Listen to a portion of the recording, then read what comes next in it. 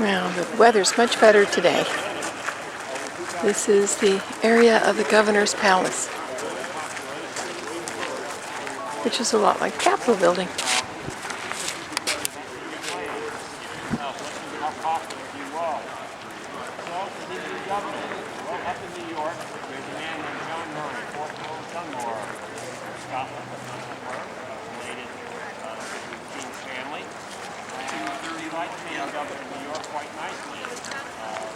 But John Murray and his family as we go throughout the building today. But he's not the last governor to live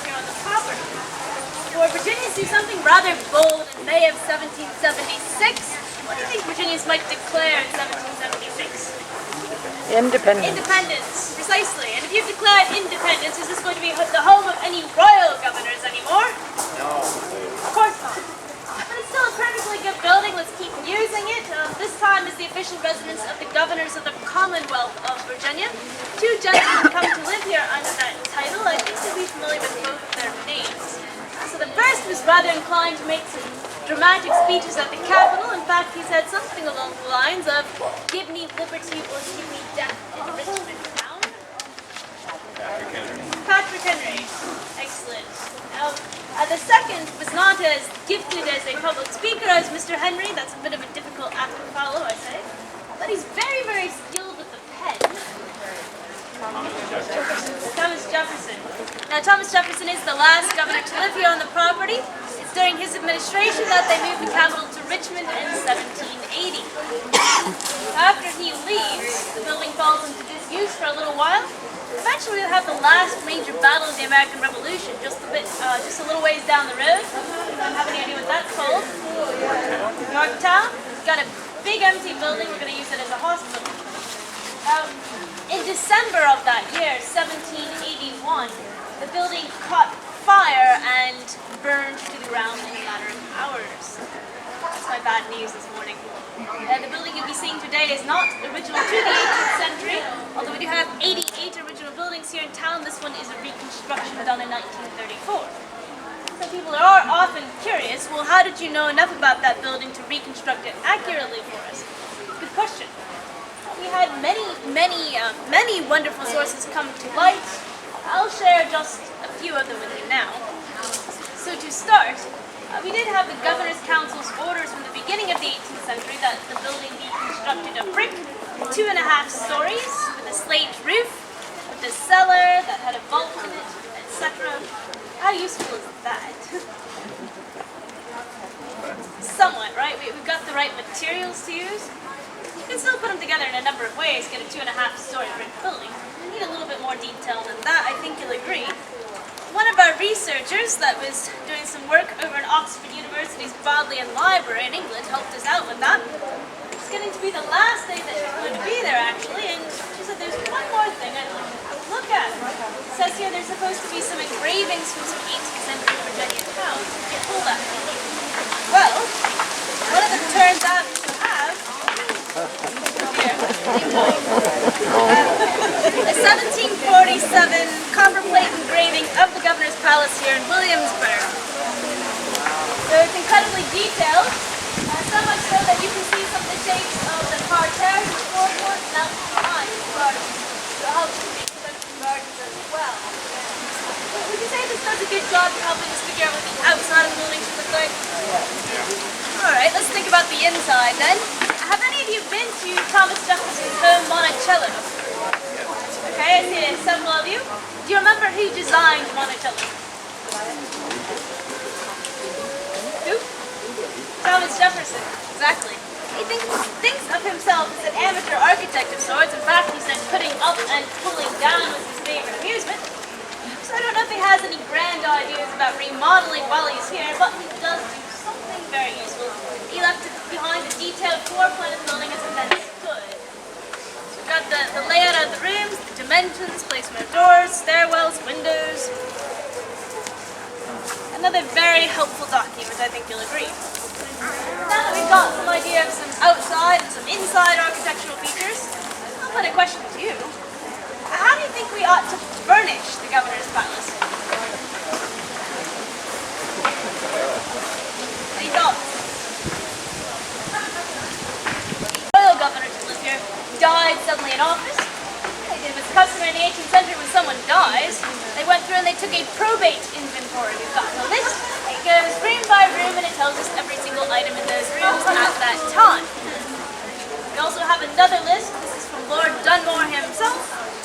You might say he leaves here in less than pleasant circumstances. In fact, he flees in the middle of the night in June of 1775. And if you leave in the middle of the night, you take a lot of things with you.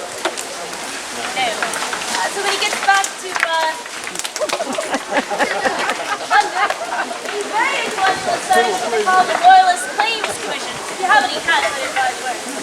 So a lot of American loyalists who lost property during the Revolution as a result of siding with the king. But, well, it'd be rather nice of the British government to pay us back for that property. We got his list, his schedule of losses, the list of personal property he left behind here. He assigns values to it. In fact, he does get paid back for everything. I'm except sure he didn't for the enhance that list at all. huh? But I'm sure he didn't enhance that list. Oh, he did try to put some Western lands he claimed, but he actually didn't assign values to that because he didn't have high hopes for it. But he gets paid back for everything else, save the salary he kept drawing till the end of the war. They do subtract that out of the total. And lastly, we've got another very major source. If you got nothing above ground for building, you want to find out more about it, what might you do? The cellar. Dig, exactly. We had archaeologists out here working. They uncovered all the original foundations, including the original cellar floors. In fact, if you want to walk on them, they're just around the corner there. You can go down and see them after your tour. And many other things, like chunks of marble from the entry hall floor. Match that to the marble, the quarries where it came from originally. At the same time, put it right back in the palace. So I dare say, what you're going to see inside today is a very faithful representation of what you might have found had you stepped through these doors in the 18th century.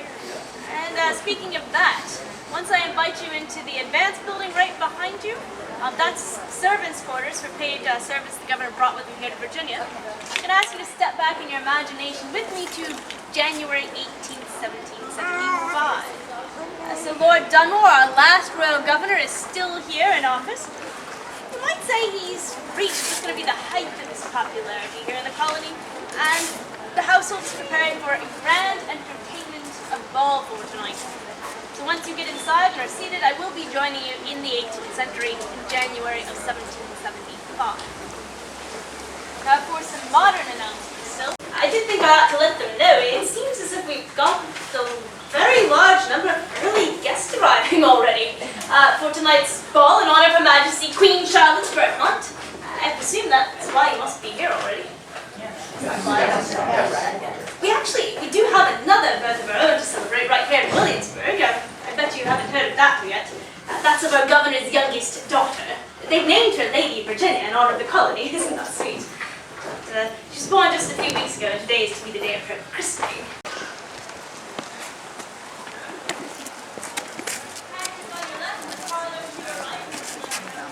Keeper of the key. But it's also Mrs. Scott's office space. That's where she seems to be running the household from. If you ask me, she's got a rather formidable responsibility, especially on a day like today.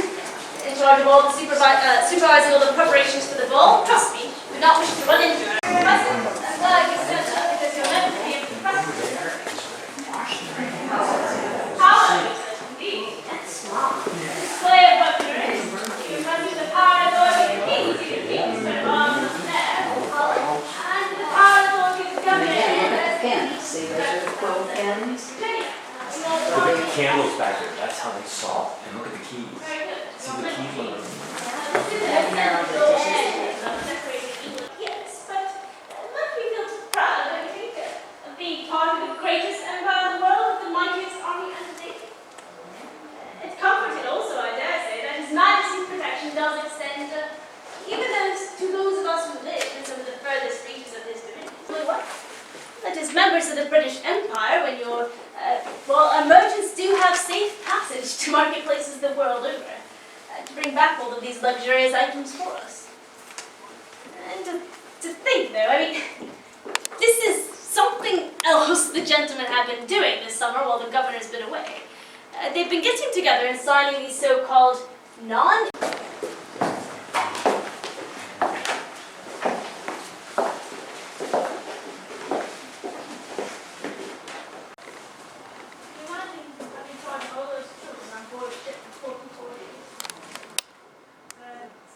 I'm sure she misses him a great deal, but he is in good hands, and she's got her own hands full now. The youngest little Lady Virginia, that's her pretty one there on the far side. But I do sometimes wonder.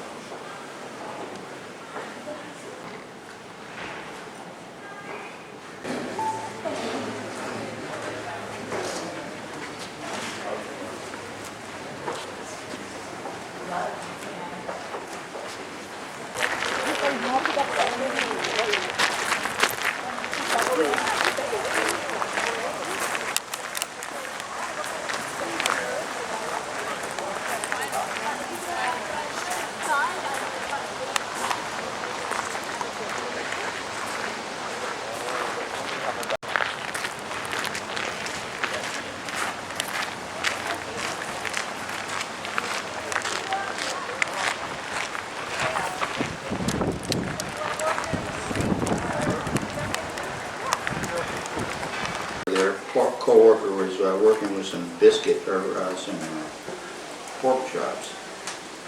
So what she did is she just put them on the heat really low. There's a lot of fat on there, and we had real high heat. We have a real big fire going over there. But you just can't make a case that they don't have carrots available. They only don't have chicken available. Pork is sort of like every Virginian. Yeah, but you like the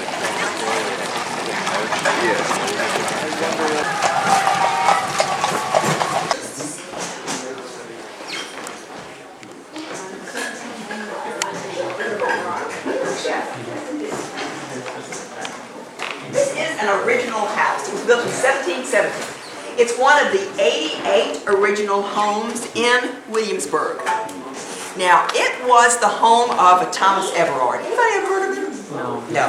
Not one of our founding fathers, but when the Rockefeller Foundation gave $68 million to restore Williamsburg, you not only have to recreate and restore buildings, but you have to recreate a story of the people who lived in those buildings, in those houses. And we know quite a bit about everyone, and the Everard family is no exception. Now, Mr. Everard has an interesting story, Horatio Alger type of story. And I understand they don't teach that in schools anymore. I was asking a group of young kids, they don't know that name. But he is born, a very poor child of a man who was a skinner in London, England. Skins animals for a living. Now, when he is 10, his father dies, leaving him and his younger brother orphaned. Think about London and orphanages and the orphans on the streets, what a terrible story that was. But there is a good side to this. In the 1500s, the King of England had started Christ Hospital. Not a hospital, but an orphanage. And it was an orphanage just for the poor children whose parents, or one of them, had been a member of a guild, like a union. And so he and his younger brother are taken in there. They are given 5 years of an excellent education, the best education available at the time. And they are dressed in these beautiful blue uniforms, and they call them the Blues. Girls were also taken in, and it was the first school for girls in the world. The place is still there today, you can Google it. And they'll ask if you want an application. Not quite sure what kind of a school it is today, but it certainly was a good one then. Now, after these young boys would finish their schooling, and they were about 17, they would find an apprenticeship for them. Here in Virginia, 60 of these young boys are brought over to Virginia to be apprentices until the age of 21. Now, the hospital, the Christ Hospital, does an excellent job of mentoring and finding someone who will be an apprentice to them, teach them, and who will teach them a trade, the way they can earn a living. So he is apprenticed to a merchant here in Williamsburg, who is also the clerk for the House of Burgesses. And of course, that's Thomas Jefferson, George Washington, all of those people. So Mr. Everard pretty much gets in good with the gentry right at the beginning here. And when he graduates, or when he finishes his apprenticeship at the age of 21, he then is hired as the clerk of York County Court. That's a job he held for life. He also becomes mayor of this town, several times mayor of this town. He also becomes a member of the Committee of Safety, a group of men, every county across the 13 colonies, who ran this country during the years of the Revolutionary War, 8 long years with no government, and years after that, before it was really established well. So they pretty much kept the laws running, kept the courts running, kept the laws being enforced, and they kept the wheels on the wagon, so to speak, in all of the colonies of this country.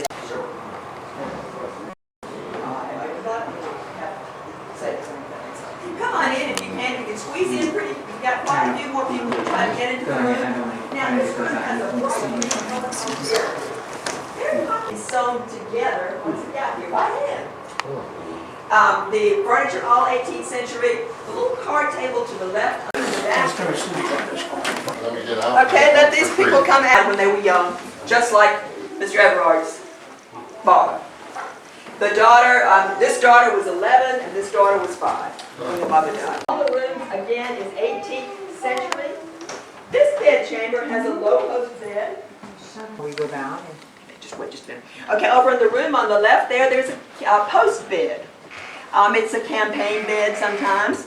During the war, A general such as George Washington would have that bed, a bed like that, and it would be taken apart and put together at every different camp he went to. It would be put inside a big tent with nice carpet over the mud, a nice chest and so forth.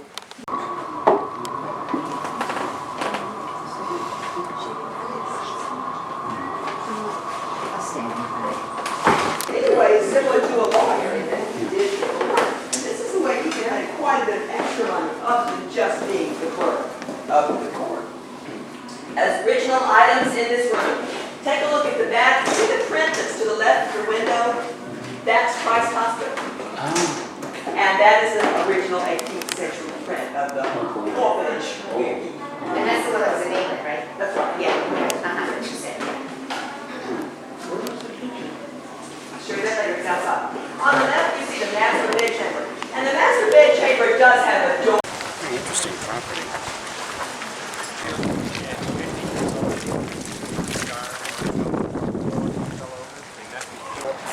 That's the thing. That gives him a steady income coming in. It's doing okay.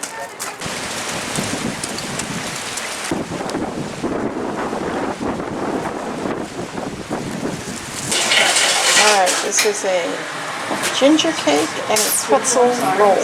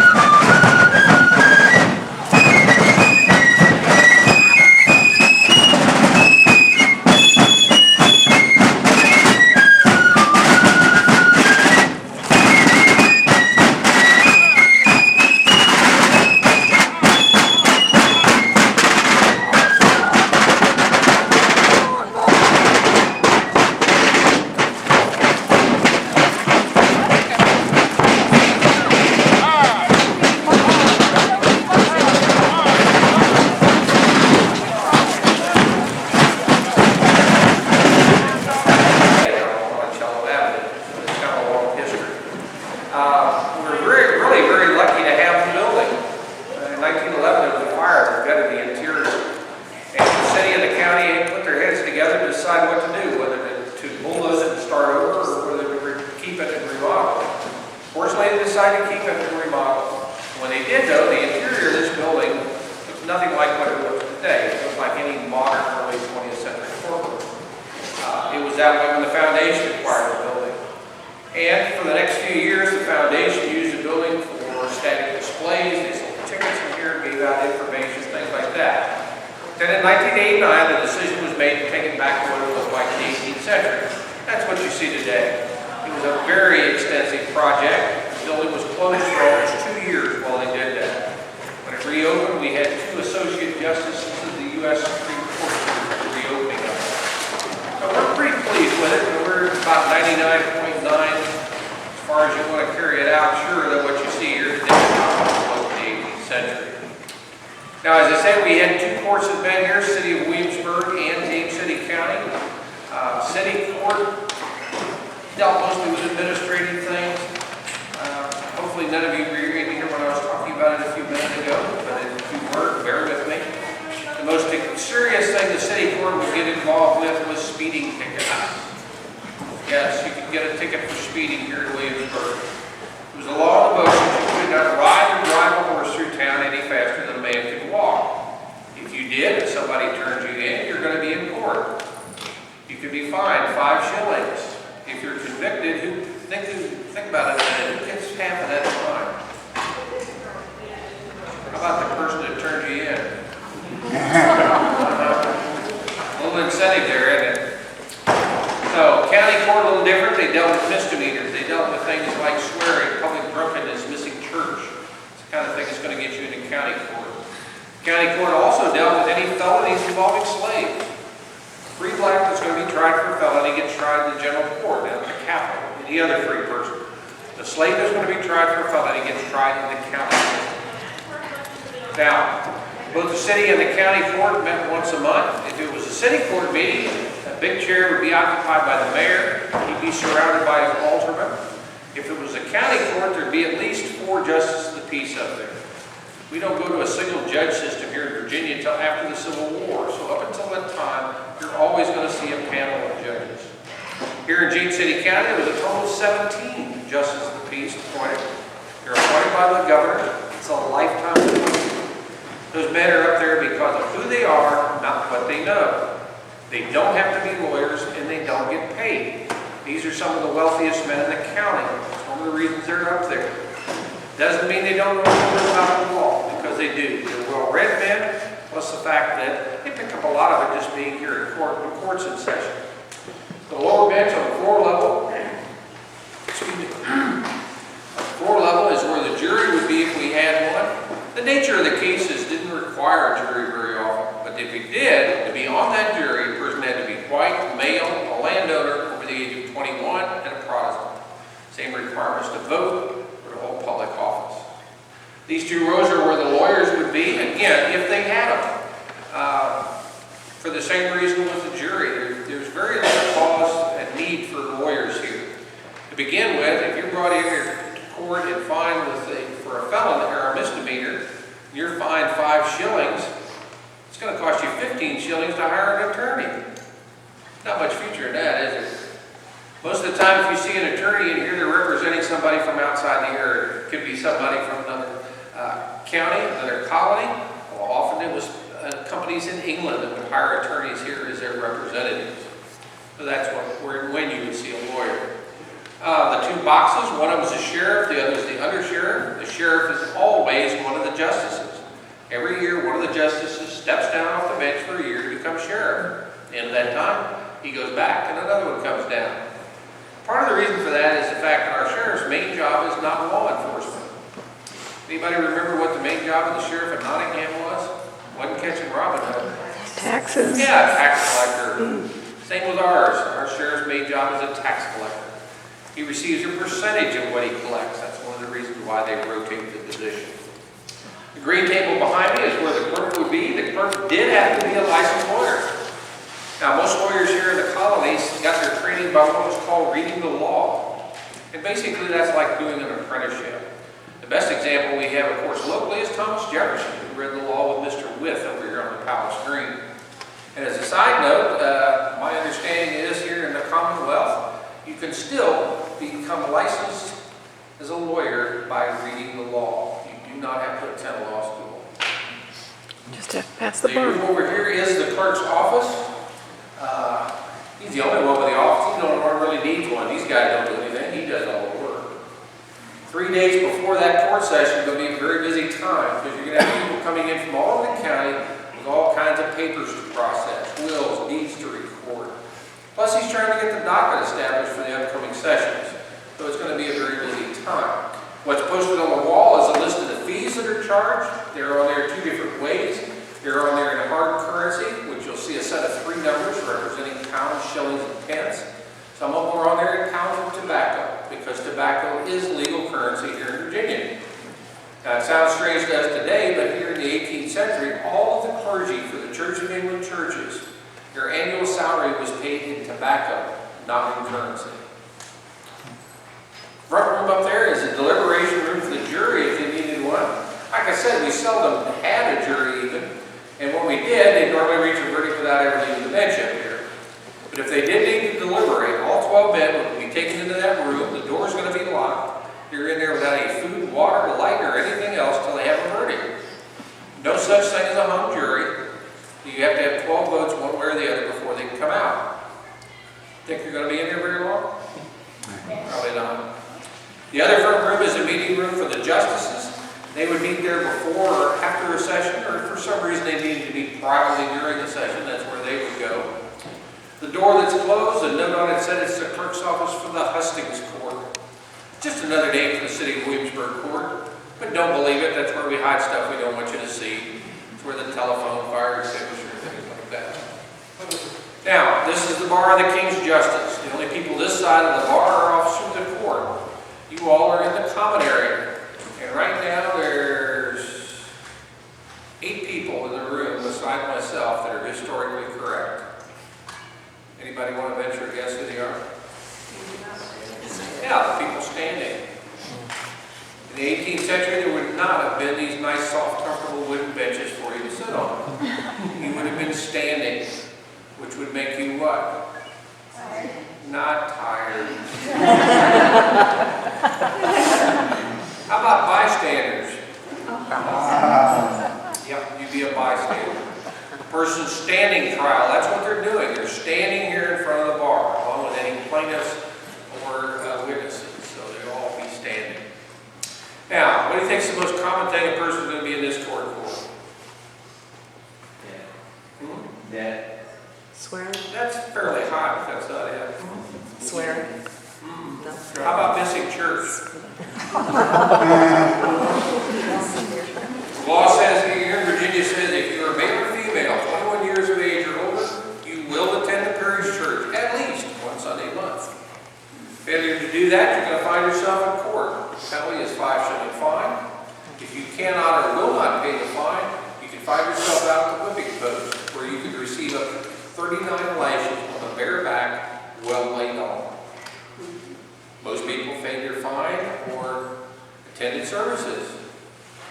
But it's a misconception. Who would bring the charge? Anybody. Oh. For the same reason on the speeding ticket. If they turn you in for missing church and you're convicted and fined, they get half the fine. Did that include women Yep. get whipped? Yep. And how do they know that they're going to be short? Like I said, somebody could turn you in. Somebody you don't have like Oh, they knew. some papers, they. No, they knew who was there and who wasn't. You're not talking about that big a community. So, but contrary to what a lot of people think, the idea of having mandatory church attendance has absolutely nothing whatsoever to do with religion. Nothing at all. The idea to get you to church once a month is so that you're informed of what's going on. Because any laws, any legal notices, anything like that is going to be posted on the parish church door and read from the pulpit for X number of Sundays in a row. So that's why they want you in church, not for religion. Now, when you came in the door, out on the side we have our stocks and pillory out there. Biggest photo op place in town. Probably in one good day in the summertime, more people have their picture taken out there than were ever in the stocks and pillory the entire time Virginia was a colony. They weren't used that much. They're designed to embarrass and humiliate. The one that would be used the most probably was the stocks. That's the one that feet go in. The best example of that is if it got used a lot like a holding cell would be today. Because if you had an individual that the justices were afraid they might wander off. I mean, you know, after all, Chewing's Tavern's right here. Somebody wandered down there, Lord knows when they'll come back. They probably would miss their trial day time. So they might stick them in there until time for their trial. The pillory is a little different. That's the one that had an arms go in. Probably used for attitude adjustment. If you had a person that was coming in here as a repeat offender and being fined and they weren't changing their behavior, well, justices might decide to put them out there in the pillory for a couple of hours, see if that might help, might get their attention. Most serious thing a person might end up out there for is perjury. They really frown on people lying in court in the 18th century. And if you were convicted, the normal punishment is 6 months in jail and a 20-pound fine. Now, to put that in a little bit of perspective, during the 18th century, they're not putting people in jail for long periods of time. It's considered cruel and unusual punishment. 6 months of the year is pushing that limit. That's down in the area where borderline to what they would consider cruel and unusual punishment. The other thing to keep in mind is that 20 pounds. That's a lot of money. When you figure that most of the tradesmen here in town, the carpenters and the shoemakers and so on, they're only making 35 to 40 pounds a year. You're talking a lot of money. So if a person can't come up with that, they're going to find themselves out in the pillory. Once they're out there, and again, that's the one the head and arms go in. Once they're locked in there, the undersheriff's going to come out and drive a nail through their ear into the board on the side. In an hour, he'll come out with a knife and cut around where that nail is. And he's going to do the same thing in the other ear. He'll drive a nail through that ear into the board, hour, come out and cut around it. So, you've been out in the pillory for about 2 hours. You have funny-looking ears. Everybody's going to know you got caught lying in court. But you're free to go. Actually, the way the law reads is you could take the entire ear off. So just getting notched was sort of being nice to you. It was serious enough in the 18th century if a person had an ear damaged in an accident or a fight. One of the first things they're going to do is come in and see the clerk and get an affidavit stating what happened to their ears so they can show people. Say, look, John Smith bit my ear off in a fight down here at Chewing's Tavern. I didn't get caught lying in court. See, it says so right here.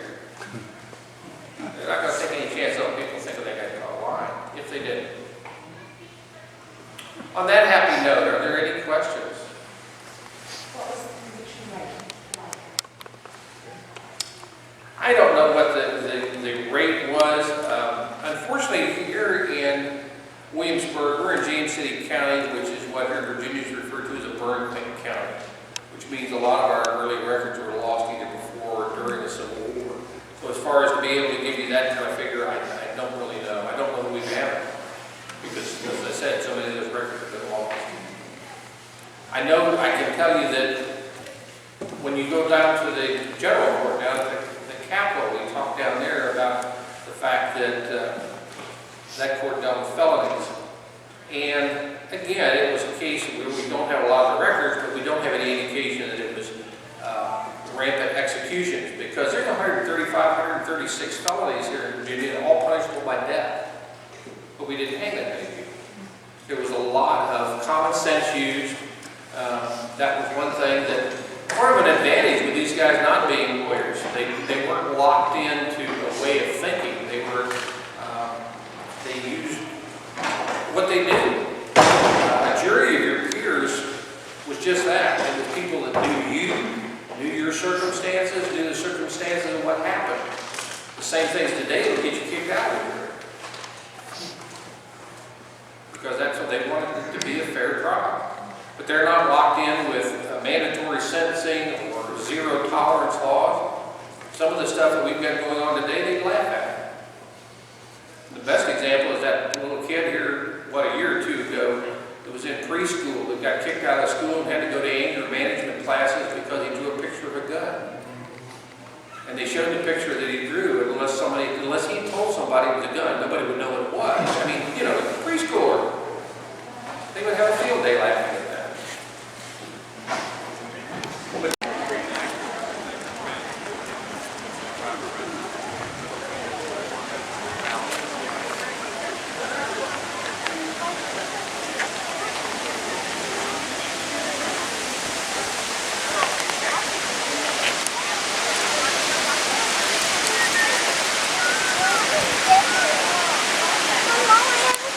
elementary. Right. Ever see Civil War cannons measured as 3-pounders, 9-pounders, 12-pounders, and things like that? And then about 1870s, you start seeing things called 76 millimeter and this and that kind of stuff. So metric is first invented in the 1790s. Nobody uses it. And then it's not until the end of the 19th century that people start using it. But I remember back as a kid in high school, just started high school in 1975, they said by 1980, everybody will be using metric in the United States. Last of your English tea in it? 70?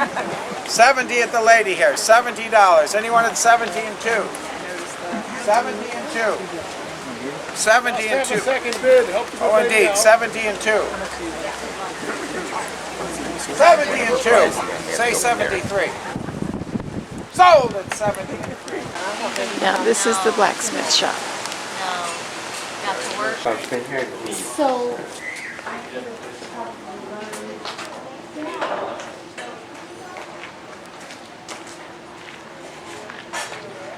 Steel actually works at a lower temperature than iron does. Oh, does it? And so we actually use both as blacksmiths. There's several tools here on the table. There's axes, the hammer, draw knife sitting over here, the locks up here. Have both iron and steel in those tools. Steel we use sparingly. It costs more in the time period. So for an axe like this, most of this is iron. From here back is iron. It really is just the inch or two on the front side, the cutting edge, that has steel. Just until we go to war with England. Then this shop does a lot of government work. We had a contract with the state doing lots of weapons repair work. But at the same time, we still would have to do some civilian iron work, so it would have still included some agricultural implements, stuff for just a general household or tools of other trades.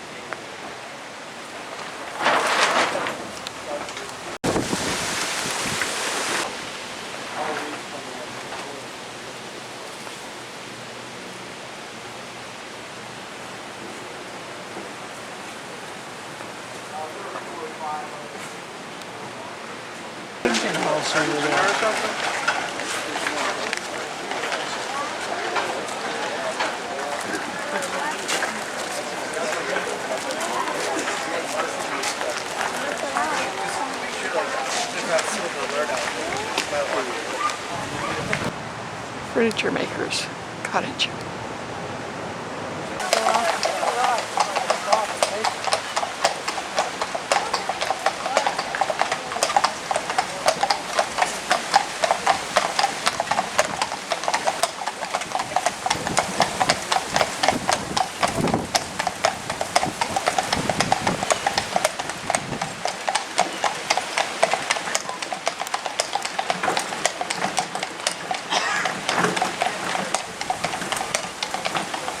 Today. There was this lady here among those workmen.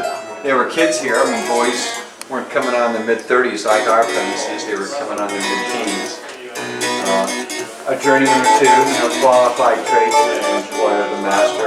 The master himself, of course, he's the master because he was different. On the outside opens up to impress your potential, I guess, employer or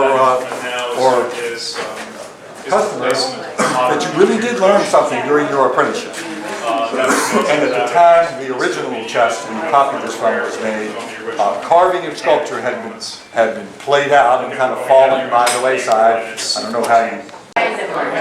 This is the Lutheran church that we visited while we were on vacation for Sunday service.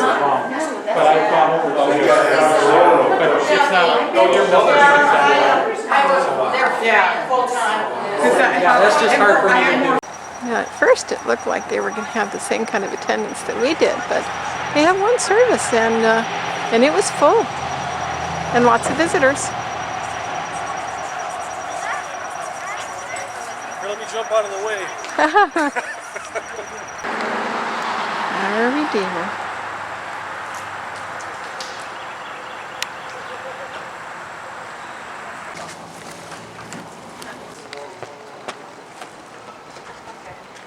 Well, now we're going to go into the Yorktown Visitor Center for the battlefield.